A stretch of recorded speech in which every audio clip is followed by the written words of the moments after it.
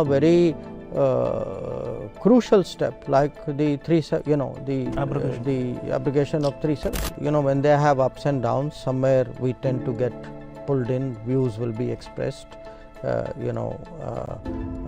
Sometimes some of it may translate into politics. We need to build that into a calculation. Though there was enormous pressure on us that we, maintained our relationship with Russia. I would say today that the AI era actually makes the nuclear age look like a walk in the park. When you now see these new debates unfolding, chips war, semiconductors, data sovereignty, take this very seriously. I do think that other than metrics like GDP or military capabilities, today this technology, the technology strengths of a country, again in the overall mix, will have a much bigger say. I don't have to only plan for a crisis, I have to plan for every day. Namaskar and welcome to Indian Diplomacy, show on India's national broadcaster Doordarshan about Indian foreign policy, India's international relations, and how India is proactively shaping a better world order. Viewers, this is a very special episode focused on the completion of 11 years of successful governance and foreign policy under the leadership of Prime Minister Narendra Modi. We are entering the 12th year of the Modi era. And what does this mean in terms of India's growing stature and importance in the world? What have been the major challenges? How have we tried to overcome them in these past 11 years from 2014 to 2025? That is the focus of the show. And to take us through this, it's a distinct and unique honor for me to once again welcome none other than India's External Affairs Minister, Dr. Subramaniam Jaishankar. Dr. Jaishankar needs no introduction. He served as Foreign Secretary under Prime Minister Modi and then as External Affairs Minister, and he's been the main articulator and shaper and architect of our role in the world for these many years. So, Dr. Jaishankar, welcome back. Such an honor, sir, to have you on National Broadcaster. It's a great pleasure. Good to be here with you. So, the first thing that comes to mind when you talk about 11 years is that Prime Minister Modi's, remarkable longevity as national leader. I mean, after Jawaharlal Nehru, nobody has won 3 successive general elections like he has, and that political stability and continuity that comes from having him at the helm. We saw recently during G7 summit, there were graphics showing, almost all the countries that are present there have had 4 or even 5, heads of government over the last 10 years. But we have had this singular colossal figure, Prime Minister Modi. How much of an advantage would you say has that been for India, both domestically and internationally, to have this kind of a stable, continuous, and strong government for so many years? Well, I think there are very big advantages, but I would say longevity, as you call it, is just one of them, because you can be in office for a long time. The question is what impact you have. So it is, if you have a vision, the ability to translate that vision on the ground, you have ideas, you are regarded as with respect by your peers, all of that is also very much a factor. And of course, I mean, no question, as you say, I would say today probably in the democratic world he would be one of the longest, the senior most, among the senior most leaders. So, but it's a both an issue of experience in office, but also I would say the power of his ideas, the willingness to engage with others to shape the world, because he's also been extremely active. I mean, you cannot make an impact in the world if you haven't chosen to visit your key partners. Partners like UAE, Australia, even neighbors like Sri Lanka and Nepal, who for years went without seeing the Indian Prime Minister. Going there. Yeah. So it's his activity and energy level as well. So I would say yes, 11 years, yes, but look at the energy and commitment over those 11 years. Look at the ideas and their impact and the contribution over those 11 years. I think it's a package. Speaks for itself. So the other point I wanted to raise at the outset was about long-term horizon and ambition for the country. We have the Viksit Bharat goal, we have the leading power goal. 2047, India has not been used to having leaders in the past who would set such a long, targets looking into the future, well into the future. So that kind of long-term horizon, how much has it helped you as External Affairs Minister in planning our foreign policy? Because in the past people used to say, oh, Indian foreign policy is very ad hoc, we just react to situations and on the spot. But then if you have this stable continuous rule, yes. and if you have a longer term goals like PM Modi has said, probably that helps us to think through as to how we envisage the world 5 or 10 years down the line and prepare for them. So your thoughts on that aspect, sir? Well, yes, I mean, I think he has an ambition for the country, and in that sense he very much captures the national sentiment. I think as a nation, as a society, we are far more self-confident. We are also far more capable than in the past, and I think in many ways Prime Minister Modi captures that in his persona. But it's not just enough to have a long-term vision. You need the building blocks, you need the concepts. So if you look at this 11 years, for example, we've had a neighborhood first, where we have taken on the primary responsibility of building these deeper relationships in the neighborhood. Then you have the extended neighborhood. He's done an extraordinary reach out to the Gulf. This was a region which in many ways was neglected politically before. He has deepened with Act East, the relationship with the ASEAN. He's taken it further east into the Indo-Pacific. In fact, the concept of a Indo-Pacific itself. He has, I think, been the first Prime Minister to articulate a maritime policy through the Sagar and now Mahasagar outlook. And overall at the big picture level, he has also put forward a kind of use whatever word, I think, multi-alignment or a very strong independent stance and the right to engage as per our national interest and not be pushed into any exclusive relationship. So these are all, I think, part of the road towards that vision. Now there are other dimensions. I mean, I described to you purely diplomatically, but there's an economic dimension, there's a diaspora dimension, there's a technology dimension. Who do we partner with? What do we get for our national development? So I would say yes, absolutely. I mean, he has given us a kind of a goal out there, to work for, but he's also charted out the pathway in many ways to get that. Right. Dr. Jaishankar, you have described the Prime Minister's style as a kind of a interactive leadership, and I would like to know, and our viewers would like to know, how much personal guidance you actually take from him, maybe not in day-to-day affairs, but in the overall direction and on big questions, grand strategy, all these things. Obviously you report to him, so to what extent you are the practitioner of the diplomacy, but he is the top political leader. So people would like to know, have there been any critical junctures or moments when maybe you were yourself not so sure, but you took his advice on which path to take or what choice to take. So viewers would like to know how External Affairs Minister works with the Prime Minister. No, I can understand that interest or curiosity, but I would put it at really two levels. One is what we spoke about, the conceptualization.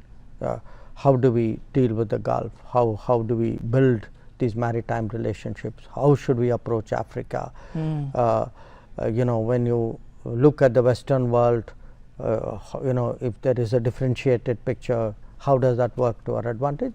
That's one way, one aspect of it. The other sometimes can be situations. I mean, let me give you 2-3 practical examples. Yes. As you know, with our deepening commitment to the diaspora, we've done a lot of evacuations. Yeah. Okay. Yeah. We have one going on right now. Operation Sindhu. Operation Sindhu. But if I were to look at them, and Ganga, Operation Ganga in Ukraine was the most complex in a way, because you are evacuating while a war is going on. And what happens is he sets a goal. I mean, you have a very clear sense of what needs to be done. Okay. Like get our 22,000 people. Yeah, then the PM is very interactive in how you plan it out.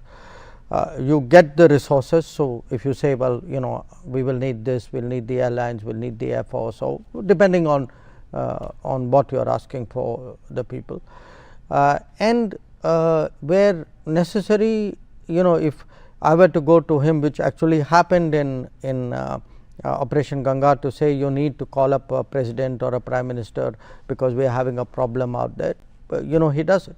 So in many, you know, his working style in a way would be set the goal, give the resources, monitor the progress, but wherever you are required to step back, but give the person who is tasked with it a lot of operational freedom.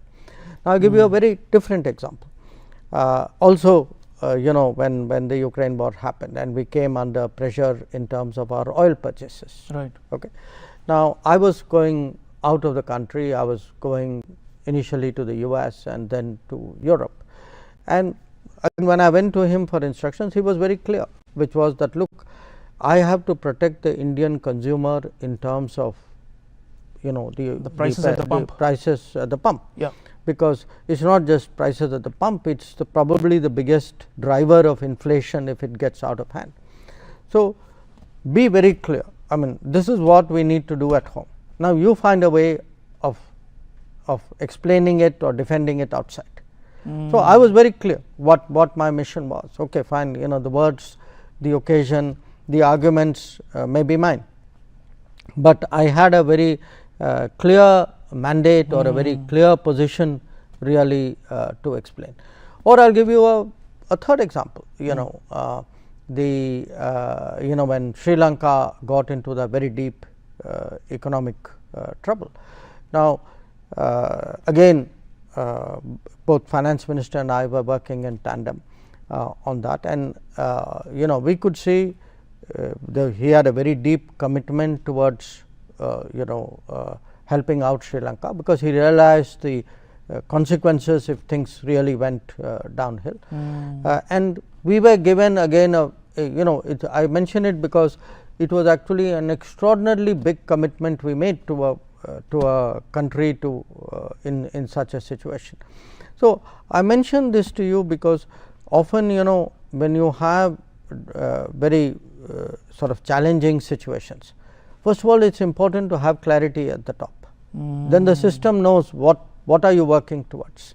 For someone who's doing the diplomacy, if you you know, you don't need someone to give you the you know, dot the i's and cross the t's. You need to know where are you going, what are you doing, what is your argument or your goal.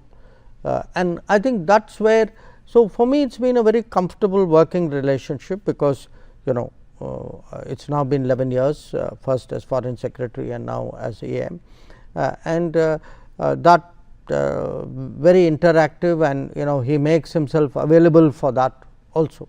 So wonderful. That's an eye opener for our viewers, I'm sure. Dr. Jaishankar, last 11 years we've had a lot of unavoidable national security crisis. You just had one few months ago also with our western neighbor.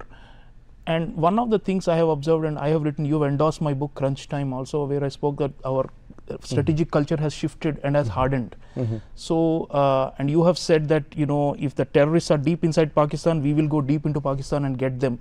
Now this kind of what may be called chutzpah or self-confidence or willingness to take risks to protect our citizens and to protect the territorial integrity of India, this we are seeing, you know, that there is no longer the old, you know, the monkey is off the back, that we were a soft state.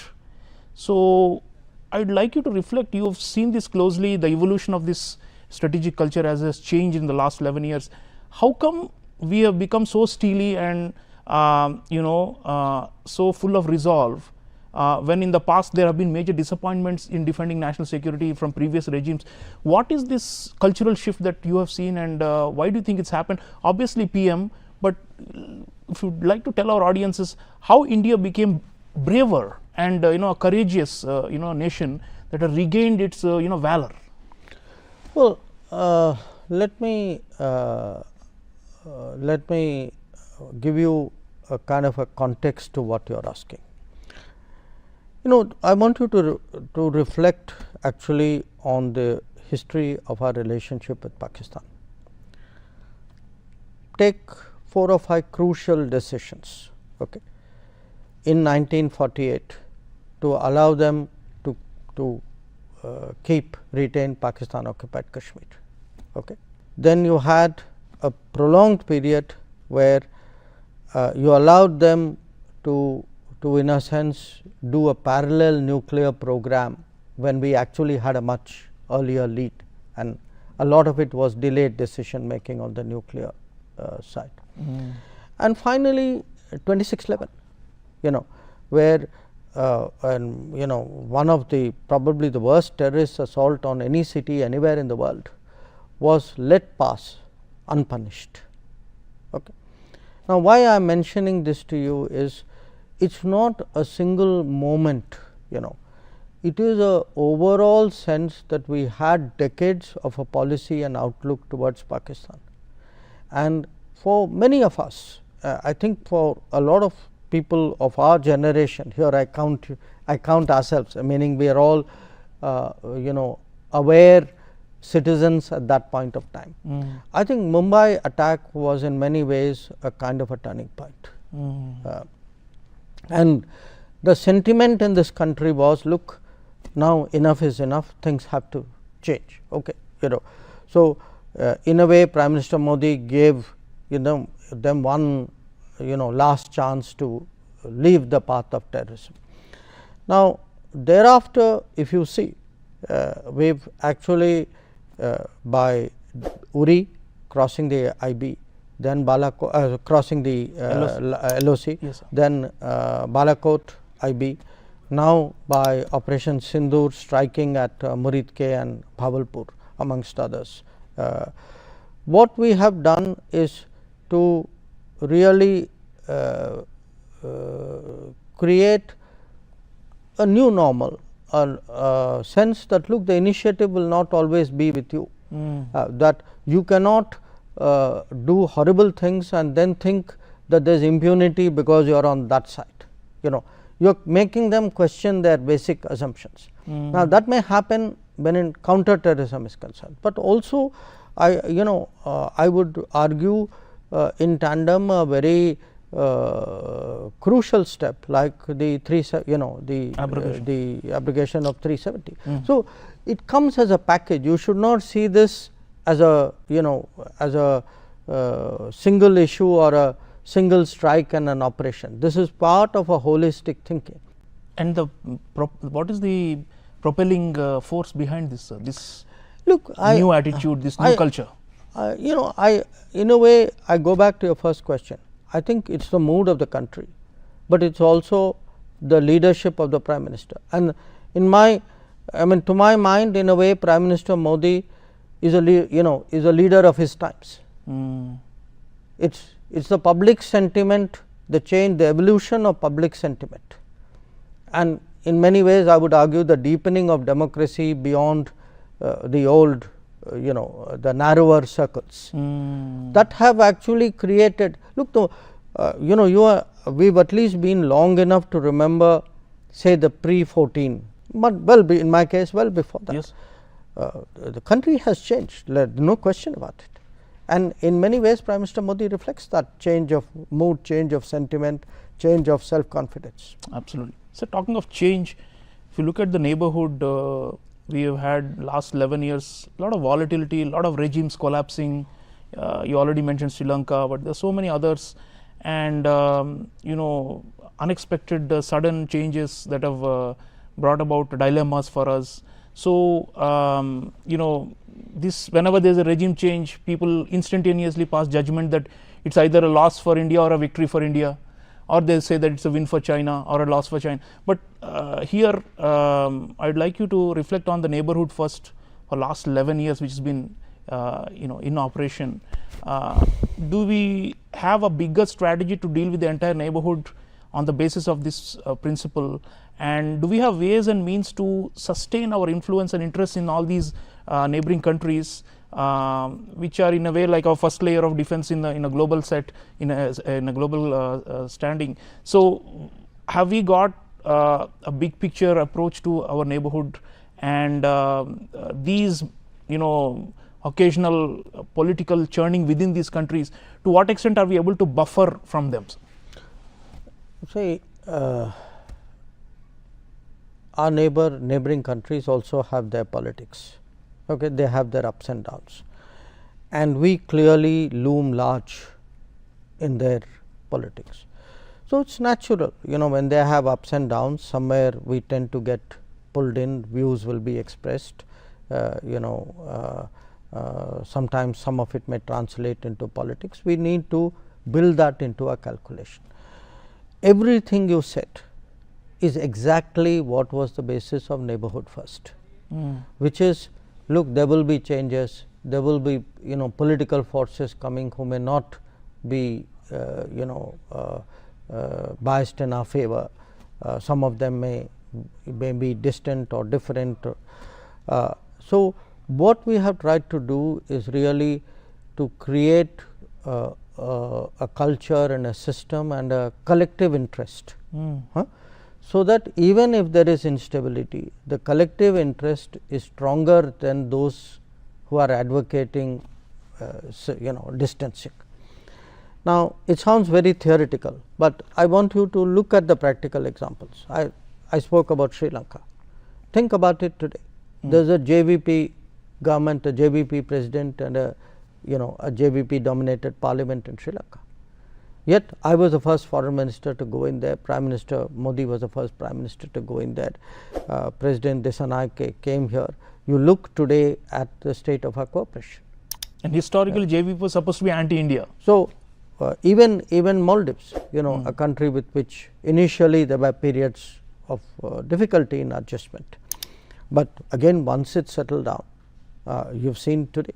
I was there inaugurating multitude of Indian development projects. Take Nepal, where often in their internal politics also very often we get dragged in. So look, what we have to do, we should not expect smooth sailing all the time.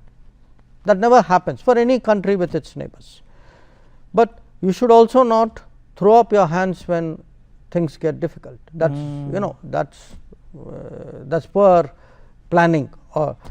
I think what we are doing is the sensible thing, which is create systems, create common interests, create an inherent stability in that relationship, so that whichever is the regime, at the end of the day, the logic, look, every one of our neighbors must realize that working with India will give you benefits. Not working with India has a cost. Now, some take longer to realize, some take some understand it better. One exception of course is Pakistan, because it has defined its identity under the army in a way in which it has an inbuilt hostility in it.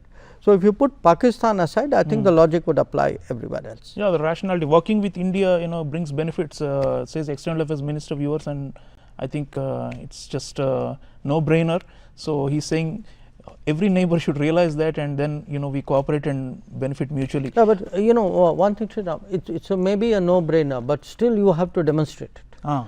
So what has happened is, when we helped Sri Lanka, the message went to the neighborhood that nobody else stood with them. IMF was dragging its feet, but India can step forward. When you sent vaccines, nobody else was giving them vaccines. When Ukraine, the war started, and you helped out with fertilizers or with food shipments. So this is not an this is not an just a phrase or a notional thing. It's actually something that through our action we demonstrate. Yes, sir. Yes.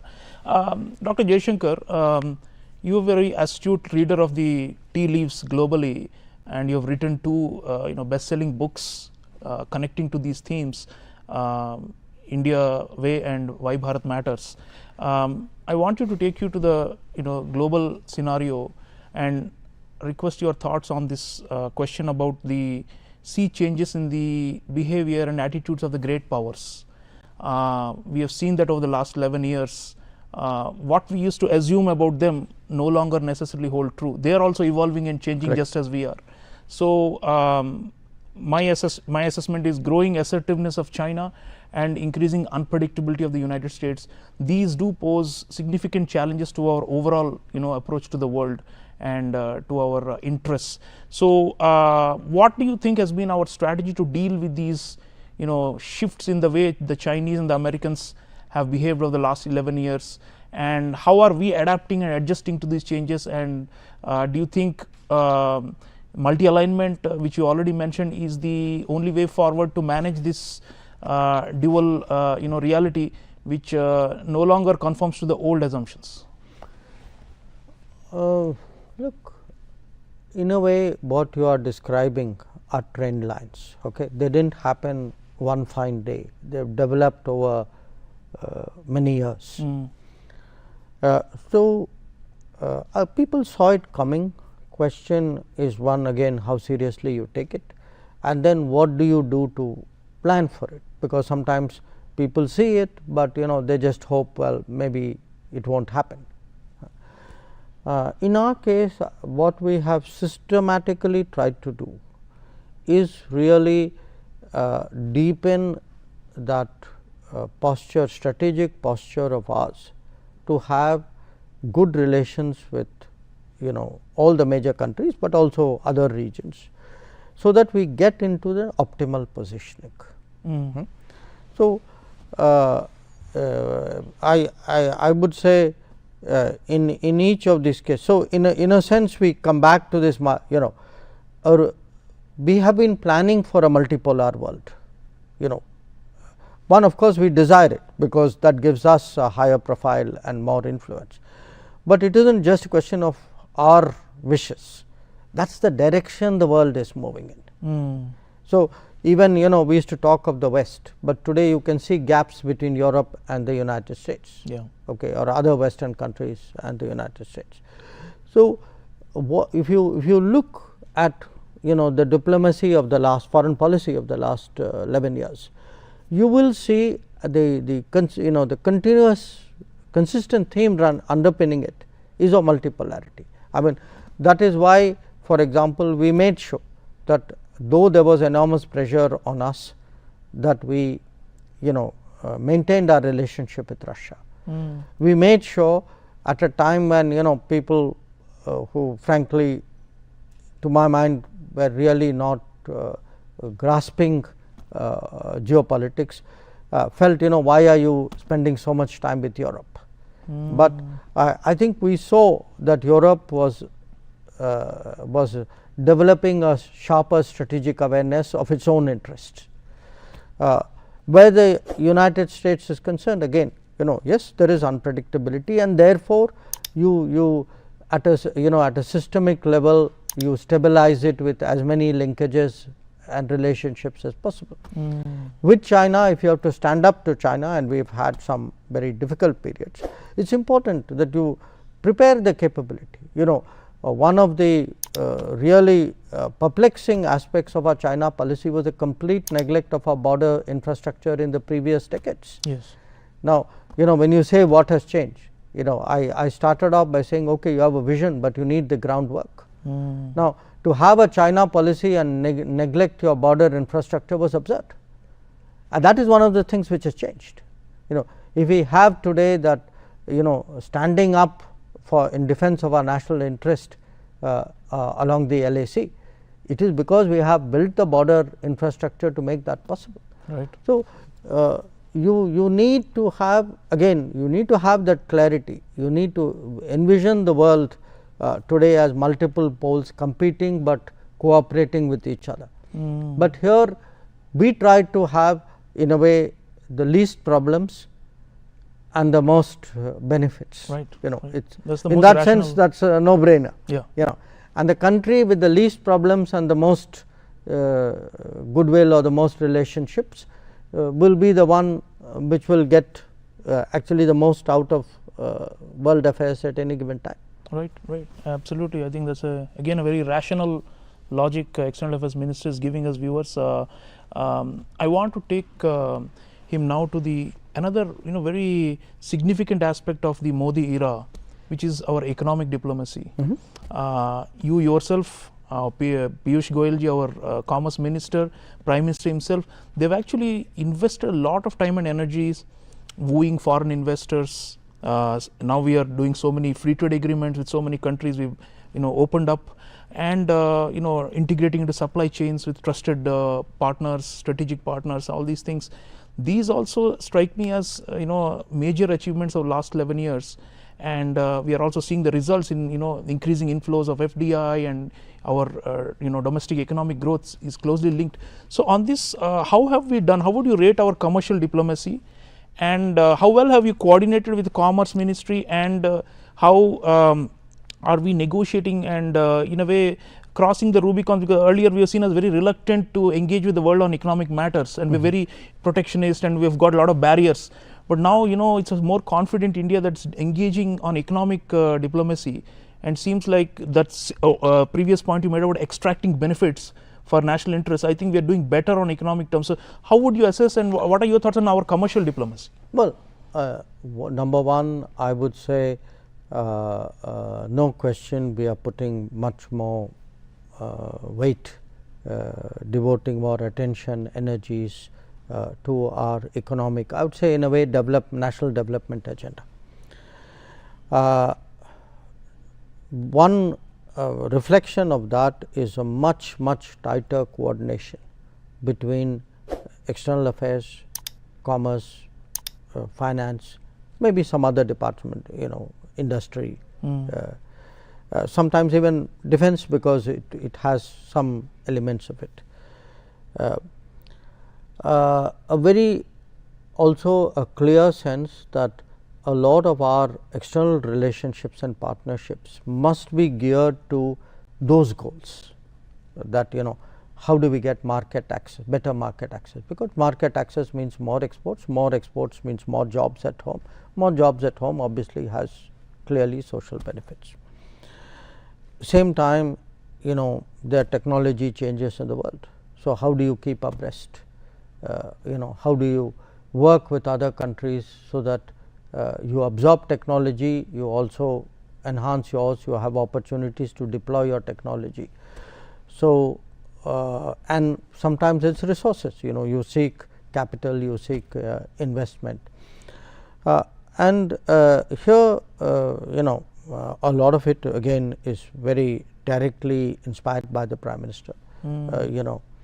I can't think, he's actually even participated at times as a particularly to push the system in meetings that we do with all our commercial representatives. So I think there's a direct kind of drive coming. So even our ambassadors, high commissioners, I believe they've got targets to achieve, and they're being asked to. Even I look as someone who started on this almost 5 decades ago, the relative importance which an ambassador or a consul general or any diplomat would actually give today has shifted, much more in the direction of, I would say, economic diplomacy, or and to some, and something we can talk about with regard to the diaspora, because they are a bigger factor today. But overall, my answer to you is absolutely yes. What you said, we are also more interested in some key FTAs or trade agreements. All of them are not FTAs. Particularly, I would single out UK, which has been more or less finalized, EU, which is in a very advanced stage of negotiations, and United States, where we have decided in principle to do a bilateral trade agreement, which is I think they've done many rounds of negotiations in the last few months. Why I mentioned those three is what had happened with our economy is in the earlier years after the economic reform, most of our trade agreements were with countries economies east of India. So, what that has done in many ways, it has skewed the balance for us. Many of them are competing economies. They do not also give us the kind of market access which in fairness they should be doing. So, I think it is important to make that correction towards having an understanding with the more mature markets, with the ones which are more transparent or rule bound and complementary to our. Yeah, and we have had some good significant achievements in the last 11 years. I mean the UAE FTA is more one. than doubled. Yeah, Australia is another. So, I do think this is a space to watch. Right. So, you have been often talking in public forums about the centrality of technology and technological change, and you see in most of the foreign relations today, technological cooperation and exchange has become very central. So, and we have also signed many agreements with key partners, and you have spoken about trust and trust building using technology as the basis. So, it will be great for our audiences if you can reflect on why you think tech has become such a central factor determining international relations today, and especially our efforts, what has been our strategy. Again, going back to the point about extracting the most from the world, how successful you think we have been in our technological and scientific diplomacy? Well, when we speak of the world order, it was derived in some ways from the fact that the 5 permanent members of the Security Council all ended up as nuclear powers. They were not originally. When the UN was formed, in fact, none of them were, and each one of them acquired it. For many years in diplomacy, foreign policy, people would say, the most sweeping, impactful technology development was the nuclear age, entering the nuclear age. I would say today that the AI era actually makes the nuclear age look like a walk in the park, that it will be so sweeping, it will be so transformational, and it will not only impact balances and capabilities among countries, it actually impacts the daily life of every citizen. It will impact the politics of every country, it will shape the society, the economy in very profound ways. So, when you now see these new debates unfolding, chips war, semiconductors, data sovereignty, take this very seriously, because this is now what the fight, in a way, the competition is really about. And we have certain advantages, like any country, they are not automatically realized, you have to work to realize them. But look, we have embraced digital technology very sweepingly. In fact, I mean, for me, one of the interesting experiences of being such a prolific traveler, when I judge other societies, I find in many ways we are more digital in our daily lives than perhaps people in Europe or North America or Japan are. So, we generate a lot of data, we have a lot of talent. I mean, a lot of AI will of course depend on the hardware, on the energy to sustain the data centers. But this offers a very new pathway actually for developing the economy obviously, but also going up in the global hierarchy. So, I do think that other than metrics like GDP or military capabilities, today this technology, the technology strengths of a country again in the overall mix will have a much bigger say. The ideation, sir, where does it come? For example, ISET, which we have with the US, it's a very advanced form of cooperation, critical and emerging technologies. We are doing similar thing with Japan, so many other. So, is this like when you have your counterpart and we are discussing what are the new areas in which we can break fresh ground, and suddenly the idea pops up, or is it coming from like, you know, there is a convergence and there are like bureaucracies on both sides, or you know, the private companies on both sides which are looking for joint ventures, and that's why these things come? So how does something like ISET happen, sir? No, look, it's a mix, you know. I don't think good ideas are anybody's monopoly, you know. Systems have it, bureaucracies have it. I mean, don't underestimate the contribution of bureaucracies. Businesses obviously have it. So it would vary. I think ISET was partly outcome of the technology world meeting the national security world, and it was that junction box, you know, of the two countries which actually produced that. Right. Dr. Jaishankar, you already mentioned diaspora a number of times, and obviously diaspora diplomacy has been one of the, you know, signature, you know, initiatives of the Modi era, and in previous shows you have done with us on Doordarshan, we spoke about this also. But there's one particular aspect about Indians abroad that is of great current interest, which is the safety and security of our citizens and also people of Indian origin abroad. Now on this you mentioned, gave examples of many crises during which we have done evacuations and rescue and all that. So you know, this aspect of making sure any Indian abroad will not be, you know, abandoned by Mother India, and that we will do whatever it is in our might to pull them out of trouble. You often hear this from the US government, and historically they even had, like, you know, hostage negotiation offices, and they invest a lot of resources in getting their citizens out of trouble, right? Now with India we are seeing that a lot in the Modi era, and I'd like you to talk about these operations we have done, and also why we have prioritized this, you know, as a matter of you know, central importance in our foreign policy. Well, for a variety of reasons. You know, one, we are more global today. Number of Indians who travel out, you know, on tourism, people, number of students, number of business people, number of professionals, white collar, blue collar, who go out, all of them have increased. Okay. So if you look at our commitment, it's far more than it was earlier. But it isn't just that, you know, we want to actively build a global workforce. You know, we want to access economies and work opportunities beyond our shores.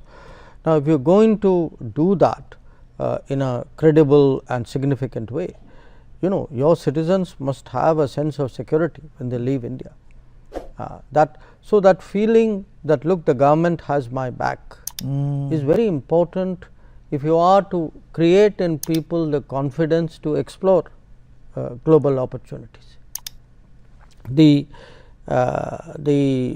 second part of it is also in a way the realization that these are all people, you could regard them as our national influencers in the world. You know, when I go abroad and meet communities, often my consistent line to them is, when people think of a country, of India, they put a face to it, they put an experience to it, they think of some Indian they have met, and that is for them India.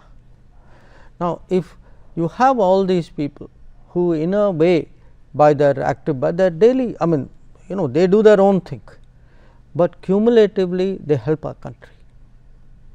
You know, I mean, they may help it in material terms also, that is a different issue. Now if you have people who are doing that, surely we have an obligation to them also. But here is my third point. See, often the sentiment was there, again it was growing, but you have to set up systems. You know, it cannot be something happened, so for that day you know, you came together, pulled everything and tried to respond to that situation. I don't have to only plan for a crisis. I have to plan for every day, because every day, let us say 20 million Indians are physically outside, nationals are outside my shores, maybe another 15 million PIOs. Yeah. So, therefore, what it's something Prime Minister Modi got us working very early. I think even in 2015, set up a grievance system.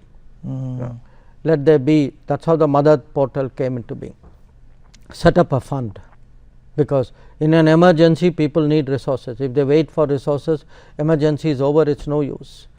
Set up response systems. I have a rapid reaction cell in the Ministry of External Affairs. We have already protocols worked out with different arms of the government if we need them. If it is the Navy, if it is the Air Force, if it is civil aviation. I don't start every episode on a clean slate. People have already thought it through. That is the reason why we are actually working. So,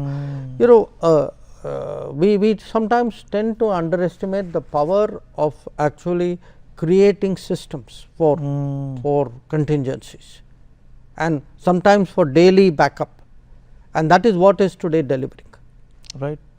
Yeah, preparation and systematic approach always makes a difference rather than ad hoc. Dr. Jaishankar, just extending this system point a little bit, MEA, you have served in it for decades now in different capacities.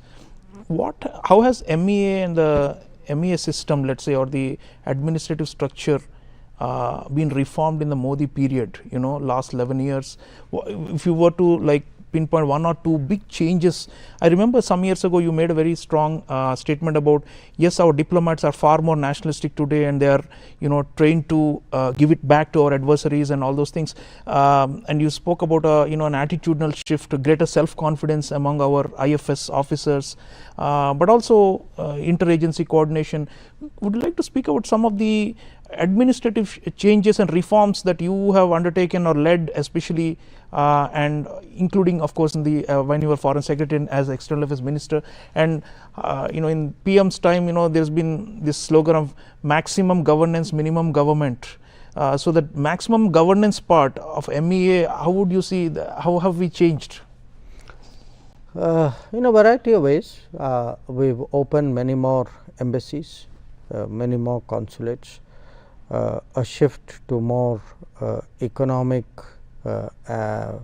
community related, technology focused. I think if you ask Indian businesses going abroad, they will almost uniformly tell you they get much more proactive support from embassies and consulates than they did earlier. In terms of our own work style, I would say we are far more rigorous. It's because as the pace quickens, as the results, you are more demanding of results, you are more tougher on performance evaluation. It has an impact over a period of time. I mean, in many ways, I would say when I look at a young officer today in the Ministry of External Affairs compared to what I would have been at that stage, both their exposure is more, their training is much more intensive. I would say language skills, there's a far greater professionalization of people. We have created more specialists, both domain specialists and area specialists. So it's sort of it's a combination of all of that. So I think what it has done is it has created the ability. I mean, if you look at it, these 11 years, you've had the whole COVID era, which actually put a huge responsibility on the foreign ministry. You've had a lot of these operations of various kinds. You've had very complex situations. We've had many more development projects. Today we have delivered more than 600 development projects in 78 countries across the world. So, they also have to have that ability to actually now work on development projects and get things done in foreign countries in very demanding and sort of situations where not all factors are under their control. So, I would say the ability to execute complex tasks, the ability to carry greater responsibilities, that is very visible in the ministry. And the numbers are also somewhat increasing now. So, the intake numbers are growing, they are growing steadily. Sure. Now, last but not least, Dr. Jaishankar, we are entering the 12th year of the Modi era, and PM in 2022 at the onset of the Amrit Kal, this great period of promise for next 25 years, he had laid out some what he called the Panchapran, or the 5 resolutions for the country, and some of them still echo in my mind, one of which was every citizen should have a sense of duty and responsibility to the nation. He, like a teacher, he has been promoting this idea that duties and responsibilities also matter. It's not just about asserting your rights against the state. So, what are your thoughts on what should ordinary Indians do going forward? Because we have set the goals, like you said, for the Amrit Kal, but to achieve that, you need a certain set of behaviors and attitudes and values on the part of the population also. And I would request you to tell our audiences what you expect from people of India. I mean, people of India expect a lot from you, and people admire you so much, and they follow you. But what is the government's expectation from the people, and how should we unify, and how should we as a society come together to achieve this goal of leading power, for example? Do you think Indians have understood even the importance of this pursuit of Viksit Bharat or leading power? Do you think they see value in it, any concrete benefit in it, or do you think this is just some kind of elite goal that is set by Modi Sarkar? So, I'd like you to address the people of India and what you think they should be doing to propel the state forward as it tries to go to the higher levels in the international order. Well, I think in many ways the people of India are already doing it. So, what is it they are doing? They are today far more involved in foreign affairs than they have ever been. When I travel out of Delhi, I go not just state capitals, but even to smaller towns and cities. Actually, it's very impressive, the levels of interest which people take. Now, this doesn't have to be an educational institution or a specialist group. It can be even if you go to professional organizations, if you go even to, in a sense, ordinary people, there is a certain buzz. There are a variety of reasons for it. One, because of smartphones, our awareness of the world, our ability to communicate, the gap between the world and us has decreased. Part of it, as I said, more and more people travel out. If they don't travel out, they know somebody who's traveled out, somebody in the family has traveled out. Information is coming to them in ways in which it is not. But also, I think a realization that things which happen in the world affect us.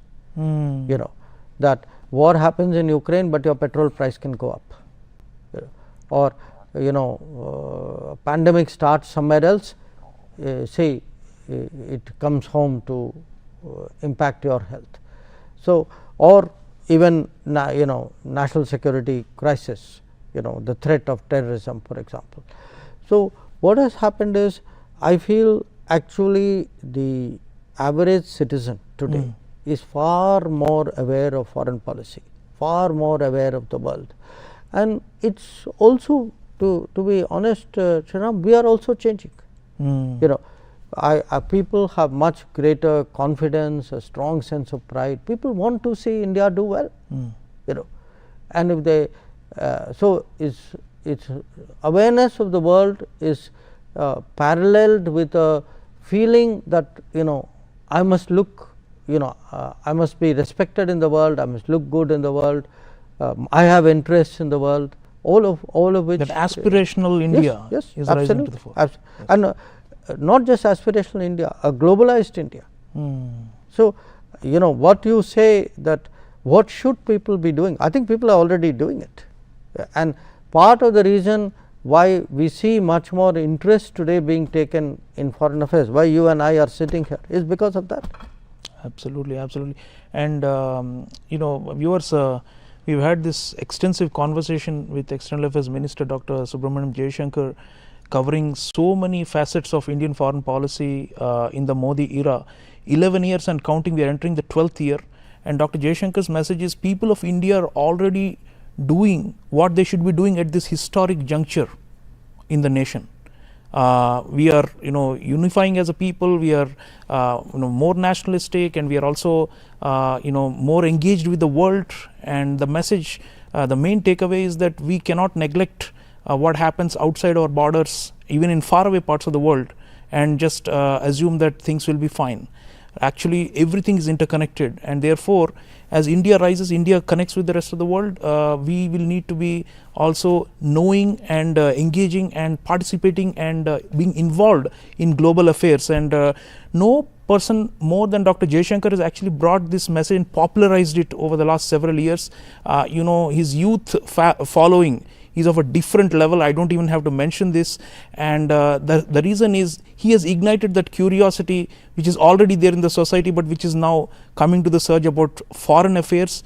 I want to thank Honorable Minister for sparing time for us and for continuing to take the Modi era forward in terms of our foreign policy. I greatly appreciate your vision and leadership, sir, and please believe me, the people of India are fully behind you. Thank you very much. Pleasure. That's all, viewers, in this special episode of Indian Diplomacy. Do reflect and write and contact us about what Dr. Jaishankar told us and what your thoughts are, and we should continue this conversation, because that is part of the rise of India. Because the more we are into diplomacy and foreign policy, the stronger we become and the more prosperous we are, and the better it is for our core interests. So thank you for watching. I'll see you again next time. Until then, take care.